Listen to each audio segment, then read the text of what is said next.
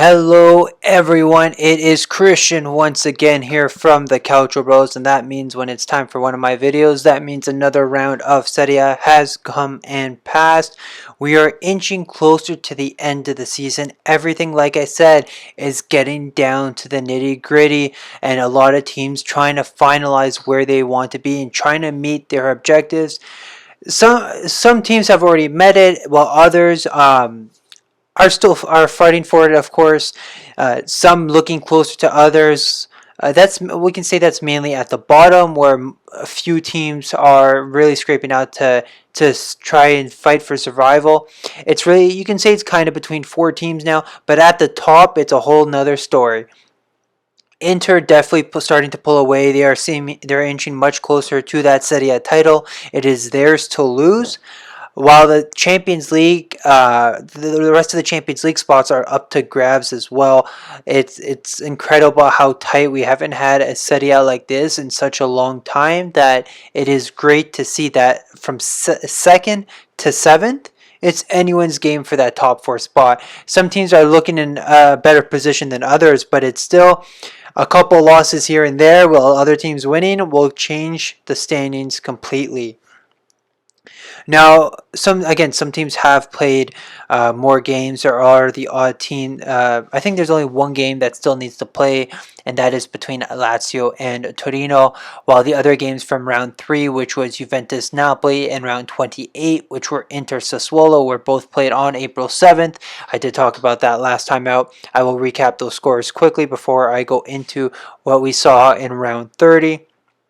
So starting off from April 7th, both games at 12:45, Juventus beating Napoli 2-1. So that was crucial for Pirlo to continue at the helm of Juventus after losing to Benevento and also drawing to Bologna the previous round before that.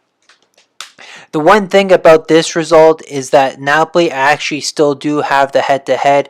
So if somehow Napoli and Juve are fighting for that fourth and final Champions League spot, and they're tied for points, guess who's getting it? It would be Gattuso's Napoli, because they won the first leg, or first game, or second, whichever way you want to look at it. They won it 1-0. So, and because they got that away goal, as you can say, the head-to-head would go to Napoli, but that was crucial for Juventus to get the win, keep Pirlo at the helm to perhaps the end of the season. But it does give them distance away from Napoli. While the other game was Inter Sassuolo, where Inter managed to get the victory. Sassuolo were very close to coming to an equalizer there, but Conte's men continuing on their winning streak and extending the lead to 11 points in the standings. And then, of course, there was the match they play, of course, this weekend to Cagliari. So let's get right into round 30 then. So we had only one game, which was on Monday, but the rest of the game, it seemed like usual schedule. Remember, it's either a Friday or Monday games. But anyways, we opened up on a Saturday this time. At 9 a.m. on April 10th, we had opening the day Spezia Crotone. Not the best performances from Spezia, but they did a late comeback to secure their victory and really push away from that relegation zone and almost secure their safety for Serie A this season, while Crotone couldn't get the win and could not escape defeat. Well, basically the same thing there anyways, but it does continue their struggles, and their light is starting to dim out in the top flight. 12 p.m. we had Parma Milan, where Parma were also looking to stun the Rossoneri like they did to Roma a couple weeks back and perhaps get a victory from them, but it wasn't so, as Milan continued their dominant run on away from home. They sealed the victory 3-1. They were reduced to 10 men, with Ibrahimovic seeing red as well. And you could say it was a harsh one. It is a bit of a talking point, but we will get to that shortly. At 2:45 on that same Saturday, we had Udinese hosting Torino, where the Granata pulled away with a crucial victory thanks to an Andrea Bellotti penalty. Huge victory for Nicola's men, who look to continue to push away from the relegation zone, and especially with their game in hand, they need to win that, and they are an inch closer to staying in Serie A. Now we move on to Sunday, April 11th at 6:30. We had Inter Cagliari. The Nerazzurri won this game, but it wasn't easy, of course. They managed to get it thanks to Matteo Darmian goal in the second half and earning Conte's men an 11th consecutive victory in Serie A. So they are really the team to beat right now. Cagliari also having to play one of their younger goalkeepers, well, maybe give or take a couple years younger than Cranio, who was missing because of a positive COVID test after coming back with the Azzurri. But Vicario played exceptional. We will talk about that in just a moment. Going on to the 9 a.m. matches, there were three of them as well.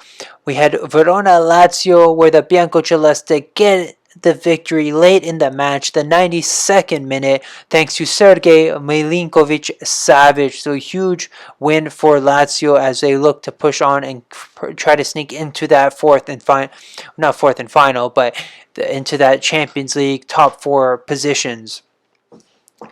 Then we had Sampdoria, who hosted Napoli, and Napoli got the win. They are now on a good run of form after, unfortunately, yes, they did lose that game against Juve, but they went back to winning ways to ensure that they can remain competitive for those Champions League spots. Last 9 a.m. match was Juventus Genoa. Now, after beating Napoli, they continue again. They defeat Genoa 3-1. Again, same thing. Genoa getting very lucky, but Juve managing to get that third goal to help secure the victory and just push closer to Milan. They know that the Scudetto may really be out of reach, but they still want to finish high as they can, and they don't care who's in their way. Just get as far away from that fifth spot as they can and put pressure on teams under them. 12 p.m. we had Roma hosting Bologna. Now Roma were also the only team in Europe left, as they did play Thursday against Ajax and even got a crucial win away from home. You can tell the fatigue was showing in this match. Bologna very close, did not finish their chances, but Borja Mayoral continues his fine scoring run and scores after a defensive lapse at the back for Bologna and seals the win for Fonseca, as they also want to try improving on disappointment as they were moving down in the standings. To end off Sunday at 2:45, we had one hell of a game here. That was Fiorentina-Atalanta, where Ladeo went and took it 3-2. Fiorentina with a nice comeback, but giving up a late Ilicic penalty, had secured Gasperini's men a crucial victory at the Franchi. Now, ending off round 30 on Monday, April 12th at 2:45, we had Benevento Sassuolo, where De Zerbi's men managed to win thanks to an own goal from Barba. Benevento are still a decent away from relegation zone, but they know a point would have just helped them in this match.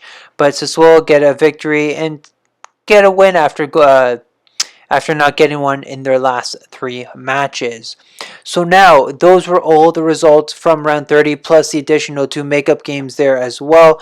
What are your thoughts into these matches? We're going to talk about some of the matches and here, some teams as well. But anyways, be sure to let me know what you thought of these results. Now let's go retract a bit and go back to the matches on Saturday. As I said, Spezia claiming a late victory, and that was huge for them. Last time out, Crotone got the victory against the Ligurians, and that was crucial. But this time, Spezia came away with the win. Now, around this time, I think it was about round 29, round 30, where Crotone started to pull back their comeback, where they stayed in Serie A on the last match day of the season. But the way this is going, and especially with the fourth last team, which is Torino right now, that picked up points, they're 12 points from that. That's 4 victories to even get that many points, but I really doubt they can accumulate that in the 8 games. They have to win half their games at least. Torino also have their game in hand, so anything can happen as well. If Torino puts the pressure on, gets the victory in their makeup game against Lazio, that really puts the pressure more on Cagliari, because they are the closest to them, only 5 points behind. But now I'm kind of jumping all over the place. But Crotone needed that win against Spezia. If they had any hope, they wouldn't really have moved anywhere. They would have stayed behind Parma, but it would have given them a sliver of a chance. But one thing to notice in this game is Simi. Simi continues his scoring run. He's at 16 goals now. He has 9 goals since March, the most out of the top 5 leagues. And that's incredible considering he was not starting under Stroppa. I don't know why. I think he was injured for a little bit, but then he was continuously on the bench. Why are you benching your best player? It's like Juve constantly benching Ronaldo or Milan benching Ibra. You don't, unless there's some disciplinary reasons. But I don't think I didn't hear of anything. I'm not sure if anyone else heard any, but to me, Simi should have been starting. Even if they lost those games, you would have had someone up from getting in the positions that get goals. You could have earned points, could have earned victories, could have earned crucial draws. It would have changed a lot of the outcome. Maybe not every outcome, but it definitely would have changed perhaps some of it if he did start majority of the game and not come in later in the match. It definitely would have had probably a better chance for Crotone to do better, but back with Spezia, who get a victory and really push themselves now from Cagliari. Just a couple more points and they should claim safety, but depending on how the teams under them do. But they are really close and had a great season so far in Serie A in their debut season. So congrats to them. Now let's talk about Parma Milan. Now, Milan away and Milan at home is like Jekyll and Hyde. They struggle to play well and consistent at home, while their only away defeat is to that loss to Spezia not too long ago, and have really shown that they can strive away from the San Siro and picking up points like in the other team stadiums. They can be very competitive, and they showed it here. Parma have been tricky with many of the big teams, and they beat Roma. They struggled against Inter, even though they still lost. And the thing with Parma is that they get their opportunities. They kind of get into the last third, but just can't capitalize, can't make anything of it. And that's really what's costing Parma games. And it's getting closer to see them into the relegation spot. And it cost them here. They had several great opportunities, but they couldn't really finish. And especially when Milan went down to 10 men, they had their chances. They had majority of the possession, but Milan defended. Parma, so retracting a bit, Parma scored and even got the momentum which carried them, but Milan defended well and got them on the break in the last couple minutes of the match. Probably one of the last kicks of the game anyways, with the Portuguese connection of Diogo Dalot and Rafael Leao, which put the nail in the coffin. But Parma really need to do better, and that's really what's cost them. And I know some of their new signings are starting to come together, but they really needed it at the beginning of the season, but didn't help with an ownership transition and a coach who didn't fit the style of football to begin with anyway. So it is a disappointing season for Parma. But with Milan, like I said, their away form is incredible. They continued with that huge victory for them.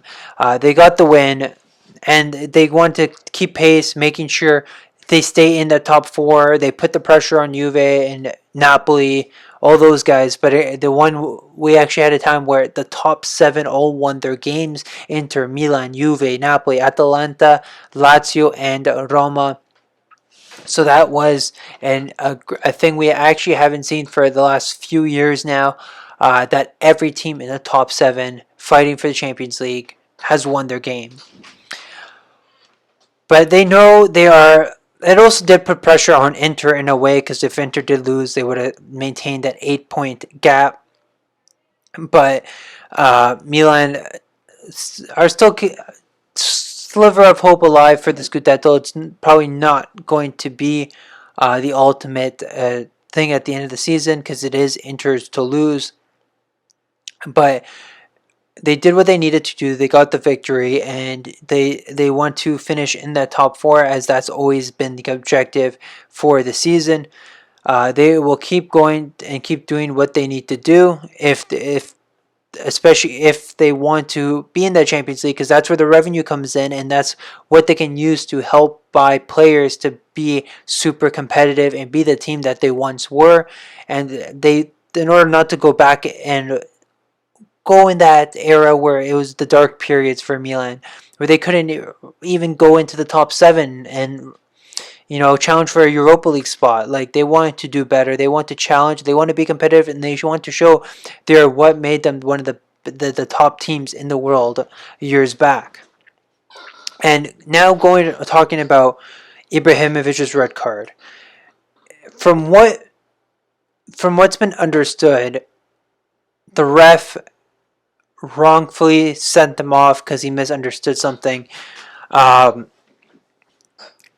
the incident started as, I guess, Parma gave away a free kick, and I think a couple of the players wanted a second yellow. I believe it was for Gagliolo, who did the foul, so a second yellow for him. But all of a sudden, you see a red card. You didn't even see the red card, actually, because depending where you were, where you're watching the game, for here in Canada, all of a sudden I see the red card above Milan's name where it says the score and time, and I'm honestly thinking, what the hell is going on? And next thing you know, you see Ibrahimovic walking off the pitch, and he's even like wondering what's going on.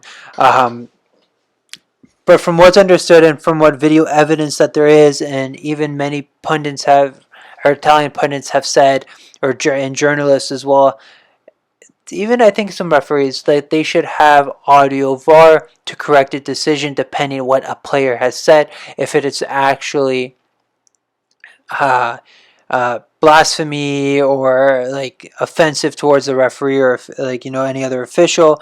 But anyways, what was said, and again, it happened with Maresca, whose Conte had problems with too. So that was just interesting as well, that the one referee who's given another coach and team issues and even got suspended by the league as well is causing more issues for the city rivals. Now, anyways, back to what Ibra said. I don't remember the complete phrase, but he did say "estrano," which is like, it's strange, no? But supposedly Maresca understood "sei un bastardo." All right, you're a bastard, and that's where the whole thing. He heard a bastard rather than saying it's strange, and that's what got Ibrahimovic sent off. Now, anything like that, a red card for a verbal offense, I believe is usually, and I think even depending on the thing, a straight red is usually a 2-match ban. If that is the case, if Milan do appeal, they can only appeal one. Supposedly Ibrahimovic has to serve the 1-game suspension, and it can only appeal for the 1 game for him to be suspended only 1 game. But at the same time, he did not do anything wrong, and like, you're telling me he's getting suspended for something he didn't even do. Like, he didn't do anything wrong. He didn't say anything wrong. It was a misunderstanding, a miscommunication from the referee, and it's like it's going to cost him a game, and a crucial game for Milan to continue their chance for the top 4. You're losing one of your best players because of something, or because of a misunderstood comment. And if that happens, I know Milan will appeal this decision regardless, and he's going to try using the audio, because if they can use the audio, if Maresca's report doesn't match another report or whatever, so they can use the audio, and Milan will try getting him for next game. That's their objective. If that is the case, they should also suspend Maresca for that. It wouldn't be the first time, but again, it's weird. They should have those type of audios, and it's true. Like, I know it kind of sounded similar, but at the same time, you can hear him say "estrano," not "bastardo." Like, there is a bit of difference. So, that's enough of me, right? A little ranting there, but to me, it makes sense if he is eligible to play and not suspended for the next game. What are your thoughts on the red card? Should Ibra should it appealed completely? Did he deserve the red card? Be sure to let me know. Comment below. Let me know what you have to say about that. Let's move on to Inter now, who now earned their 11th consecutive victory in Serie A and are just inching closer and closer to that Serie A title and breaking the 9-year dominance that Juve had over the league. And they did have to work for it. Like I said, Vicario, who made his debut for Cagliari in net, made some spectacular saves and really made Inter work.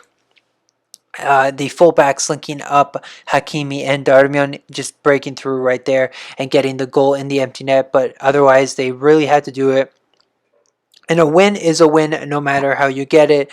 If it's a beautiful win, you love it even more. But but I think if it's an ugly win and you still get the win, you take it. You love that you got those points and secured it. And especially in the crucial time like this for Inter, 3 points is 3 points. They know that they push themselves farther away from the second place team and they're one step closer to getting the Serie A title.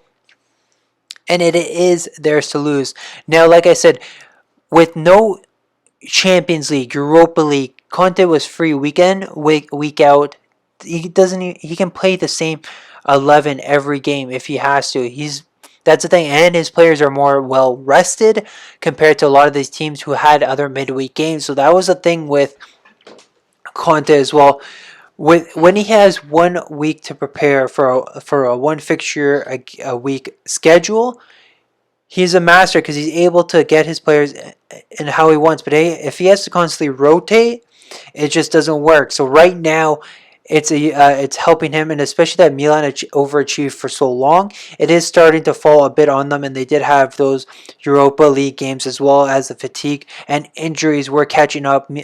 So Inter took full advantage, keep going, broke down Cagliari, and even really struck a chord in Cagliari's survival chances as that handed them their 4th straight defeat, and they are winless in their last 5. So really put a dent in it. A point Cagliari would have taken, as again it would have brought them a little closer to Torino, but it just makes things even more difficult for them right now. But like I said, Conte and Inter are in the driver's seat. They are not long till being claimed Serie A champions. They just have to keep this momentum going and ensure that nothing slips up. And if they do, they get right back on the winning train and not slip up to allow their other rivals to gain ground on them. Because if they do, then they are really in for the shocker of their lives. Now, let's talk about 2 of these matches here for Juve and Napoli. So Juve moving into 1 point because the board had given Pirlo. I know I keep jumping back and forth because everything just starts popping in my head all at once, but Juve the board gave Pirlo 2 matches to save his job against Bologna and against Napoli. He drew Bologna and managed to not Bologna. I keep saying Bologna. I don't know why Bologna. It's Torino, the Derby della Mole. They nearly lost that one though too, but they were missing some players as well. But they did get a point there. They beat Napoli. Then now they beat Genoa, so they are right back up in there. They are second with some distance from Napoli, but also 1 point behind Milan, a point ahead of Atalanta. So they are in there right now. They just want to keep on winning to secure themselves in that top 4 and ensure themselves, because otherwise that would be a complete failure if they do not even qualify for the Champions League by the end of the season, considering the money they have spent on some of these players. And yes, they are overpaying some of their players, but considering the players that they had to bring in to get that, they need Champions League once again and probably go through a bit of a rebuild. But again, the last couple matches, there are times where Napoli looked like score, and Napoli didn't play at their best. Maybe some fatigue was catching in, but they didn't really play at their best against Napoli. Juve. Oh my God, it's been a long day. Napoli didn't play their best against Juve, and it did kind of show. And then even against Genoa, once Genoa got that goal back from Scamacca, Genoa had several chances to secure another goal and could have, but they just couldn't capitalize, couldn't beat Chesney for that second time, and it did cost them when McKennie went and finished off the game. And as for Napoli, this win against Sampdoria was crucial. Sampdoria is a very well organized side, and especially Quagliarella, the former Napoli man, always goes and scores against his former side. He was shut out this time around and didn't cause him too much trouble as well. Sampdoria actually did have a goal called back for a presumed foul on Koulibaly, and you can see the hands were all over the defender's back. So that was rightfully called off before they capitalized late in the second half. So huge win for both teams, and they want to fight. Napoli is just not too far out, but they know these wins are crucial, and there are some big games coming up in the next few weeks. Some of the top teams playing against each other, so who knows how it might turn out as well. Because especially there, I know there is a Derby d'Italia as well, but Inter could have already won the Scudetto by then, so that could be in Juventus' favor if they do decide to play their younger and less, or not even less experienced players, but their more French players on the field. But we'll talk about it when that comes to it as well. But those are the main talking points. There is Roma, because they are lower, but I think the one thing about Roma, yes, you can see the fatigue from their match against Ajax as well, and Fonseca did rotate a little bit more, and they were missing a few players. Bologna really couldn't capitalize. Mirante actually playing a nice save against Soriano, but Soriano looked like he kind of shot it back towards Mirante rather than into the empty net, so that was a huge waste for them. But with Roma, the one thing I noticed is that they are sitting in 7th right now, and if they know Champions League is out of the way, aim for the Europa League. Because if they want to get Champions League, at least we'll have 5 Italian teams in the Champions League. It could be the first Italian team to win any European silverware. But if they know and they want to try, because they do have the distance away from the 8th spot. It is 11 points. Even if they pick up a point here and there, they could, yes, finish in that 7th spot and go through playoffs, but it also depends on how the winner of the Coppa Italia goes as well. That could open up an automatic spot as well. But if you want Champions League, just try and win the Europa League. You're the only Italian team left in the league. Seeing what they can do would be incredible. I know they would have a tough ask if they advance, because they play the winner of the Granada Manchester United draw, so it would be a difficult game for them. But Roma, I know they are up to the task and can really, really get something going if they play at their best in Europa League. So those are my thoughts on some of the matches. Like I said, if you have any thoughts about that, be sure to let me know. I did talk about some topics there of discussion. If you agree with me or don't agree with me, I'll be happy to hear what you guys think. Just go down and type in what you have to say. Did I miss anything or did I cover everything? Just let me know. Be happy to hear what you guys think about round 30 matches. Now with that, we're going right back to the standings. And like I said, the middle, we don't have to worry about too much right now, because that's kind of where it is right now. It's more the top and bottom. At the bottom, Crotone, Parma, and Cagliari, all in those bottom 3 spots. Crotone with 15, Parma 20, and Cagliari 22 points. The closest really being is Torino. They sit in 17th spot right now with a game in hand at 27. Benevento is close there, tied with Fiorentina at 30 points. Unless Cagliari do a miracle and start winning all their games while the 3 teams above them start losing and dropping points, it's going to be a very tough ask for Cagliari, of course, but they could see them relegated. They really had to pick themselves up. Parma, even they're not that far as well, but they need to pick up points and hope other teams begin to drop. But really, I feel it's probably between Torino, Cagliari, and Parma. Between those 3 teams, one of them could be safe. We could be surprised, and maybe Fiorentina, if they start really dropping points, because they haven't looked the greatest either. They do have some crucial matches coming up. So they really have to play at their best if they want to avoid relegation and not be pulled in for a one hell of a relegation battle, because they were close last year, but they managed to near the end. So they will hope to do the same and not have to worry about that. But like I said, Torino, Cagliari, and Parma are really have to fight for in their last few games if they hope for survival, and it'll come down to two of them getting relegated. Now we go up to the top of the standings. Top 7, like I said, so we have Roma in 7th at 54, Lazio 55, Napoli 59. Sorry, going back with Lazio, they do also have their game in hand as well, so be wary to see how they do with that game as well. So, like I said, Napoli with 59. Atalanta is 4th with 61. Juve 3rd with 62.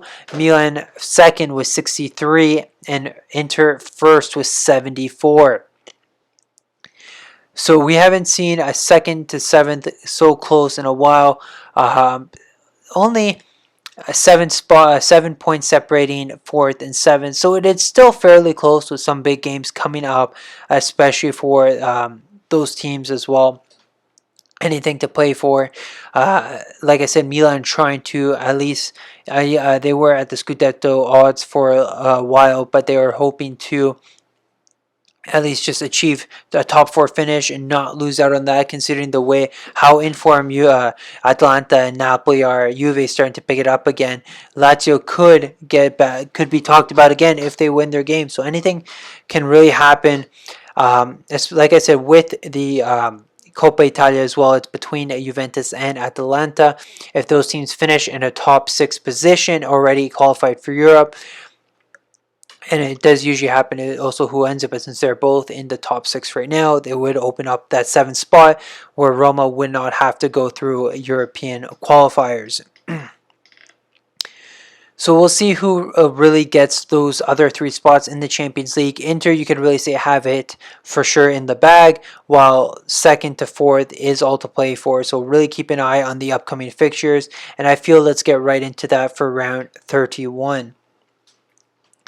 Now, as we do that, there are a few games on the Saturday on April 17th. We have 2 9 a.m. matches. Crotone Udinese, which is going to be a huge match for Crotone, I feel, because they really want to get a win. Just keep giving them hope if they can against an Udinese who are a little, you can say, are pretty safe. They're in that mid-table and just want to continue at that pace right there. But like I said, they're going to be up for it. Crotone can really play if they are on their day, but they are really lacking confidence in their last few matches. The other 9 a.m. game is Sampdoria Verona, so just a battle of a mid-table size right now. Verona, unfortunately, I don't think will finish or really fight for that 7th spot unless Sassuolo and Roma both really falter and drop, but hard to say.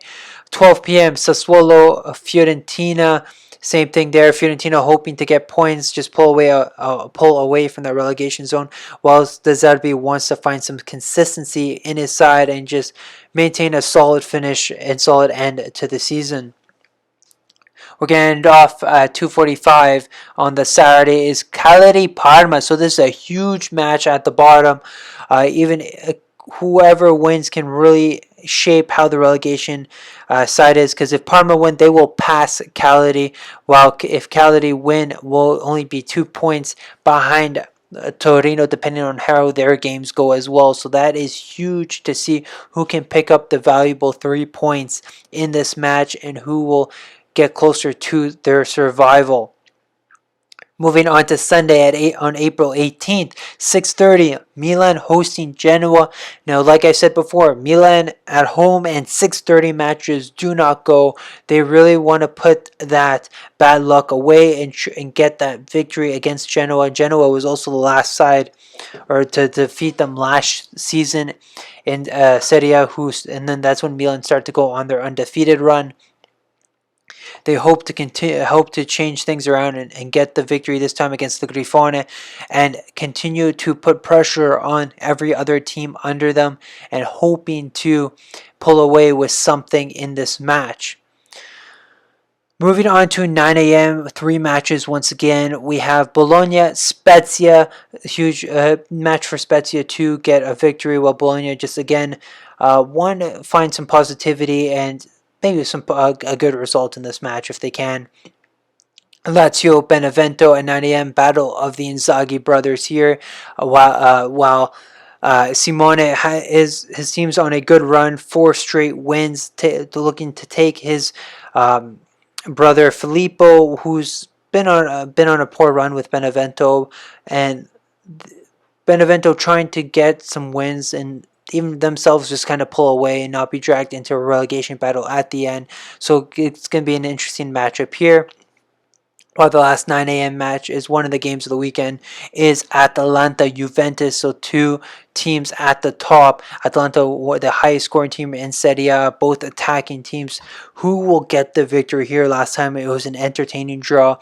But who will be able to secure the victory at the Gateway Stadium? All to play for, and this could really shape how the top four is, especially depending on how Milan do in their match as well. It's going to really shake things up at the top. Now going at 12 p.m. we have Torino-Roma. Torino trying to get another victory, pull themselves away from relegation and put the pressure on Cagliari and Parma. And again, it does depend on how the other games go. While Roma will try to do anything to keep moving up the standings and try and finish in that top 4 spot as they once sat way back when. And to end off round 31, probably one of the biggest games of the weekend, Napoli-Inter. Two teams on form. Inter more in form with their 11th straight victory. Will look to really challenge Gattuso and put him to the test, while Napoli trying to take the game to them. See if they can finally end Conte's string of victories and get something, and even move up into that top 4 spot, depending on how the Atalanta and Juventus go as well. So this would be huge for them, and it could blow everything wide open again. And it could, depending if Napoli wins, how the momentum and confidence of Conte's men look going forward. So it really, really depends. So those were all the matches here. Let me know what you guys think of round 31. Be sure to let me know which games you guys are watching and what you think is going to happen this weekend. Can Inter really keep going, or are they going to slip up? How will the top battle for top 4 finish? And how do you think the relegation battle will look in the end? Be sure to comment below. Let me know. Don't forget to subscribe to our channel for more Calcio content. Click the bell to receive notifications on all our latest videos. Follow us on Twitter for matchday updates, transfer news, and any topics we feel like discussing. Our handle is Calcio_bros. And we'll hope to hear from you guys soon. Ciao.